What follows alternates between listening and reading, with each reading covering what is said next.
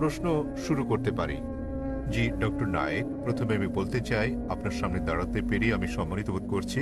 Piece টিভিতে আপনার অনুষ্ঠান অনেক দেখেছি এবং আমি মনে করি আপনার নাম জানতে পারি? আমার নাম মহেশ উর্সেকার এবং আমি মুম্বাই বিশ্ববিদ্যালয়ের দর্শন বিভাগে পিএইচডির ছাত্র। আমার প্রশ্নটি কিছুটা টেকনিক্যাল। আমি জানতে চাই ইসলাম ধর্মে আত্মার ধারণাটি কি? আপনি জানেন ভারতীয় দর্শনে আত্মা ও মনকে আলাদা ধরা হয়েছে, অথচ পাশ্চাত্য দর্শনে আত্মা ও মনকে অভিন্ন বিবেচনা করা হয়। তাই আমার প্রথম প্রশ্ন হচ্ছে, ইসলামে আত্মার ধারণাটি কি? এবং দ্বিতীয় প্রশ্নটি হচ্ছে, দেহের সঙ্গে আত্মার সম্পর্ক কি? আপনার জানা মতে মৃত্যুর পর আত্মা দেহ ত্যাগ করে কিনা, এবং আপনার জানা এ জাতীয় অন্যান্য তথ্য। তাহলে এটি একটি 2 অংশ বিশিষ্ট প্রশ্ন। আত্মার ধারণাটি কি, দেহের সঙ্গে আত্মার সম্পর্ক, এবং মৃত্যুর পর আত্মার কি হয়? ধন্যবাদ। ভাই মহেশ প্রশ্ন করলেন যে আত্মার ধারণাটি কি ইসলামে এবং সম্পর্কটা কি আত্মা ও মানব দেহের মধ্যে, এবং মৃত্যুর পর আত্মার কি হবে, এটাই মূল প্রশ্ন। ঠিক তাই। যতদূর পর্যন্ত আত্মার সংশ্লিষ্টতা রয়েছে তাতে আত্মা হচ্ছে মানব দেহের নির্যাস।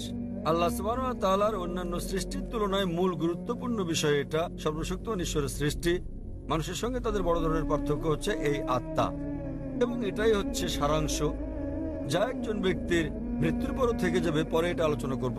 বিজ্ঞানের যতটুকু সংশ্লিষ্টতা রয়েছে তাতে বিজ্ঞান আত্মা নিয়ে কথা বলে না।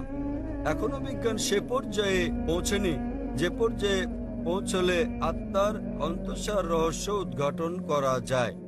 তবে গবেষণা করা হয়েছে, যখন কোনো জীব মারা যায়, উদাহরণস্বরূপ মানুষের সঙ্গে তুলনা করলে, যখন একটি প্রাণী মারা যায় মৃত্যুর পরক্ষণেই সেটির ওজনের কোনো তারতম্য ঘটে না।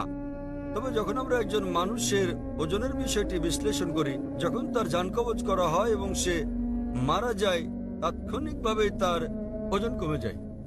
এর অর্থ হচ্ছে মৃত্যুর পর মানুষ কিছু হারায় যখন সে মারা যায়, কিন্তু বিজ্ঞান এখনো সে পর্যায়ে পৌঁছেনি যে পর্যায়ে পৌঁছলে আত্মা ঠিক কি তা বলা যায়। আত্মা হচ্ছে নির্যাস মানব দেহের।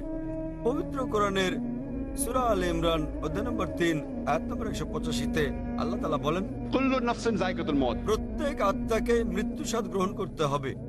এই আয়াতে ইহকাল হচ্ছে পরকালের জন্য পরীক্ষা। কোরআনে আল্লাহ বলেন সূরা মুলক অধ্যায় নম্বর 67 আয়াত নম্বর 2, আল্লাযী খালাকাল মাউতা ওয়াল হায়াতা। অর্থাৎ আল্লাহ জীবন ও মৃত্যুকে সৃষ্টি করেছেন তোমাদের মধ্যে কর্মে কে উত্তম তা জানতে।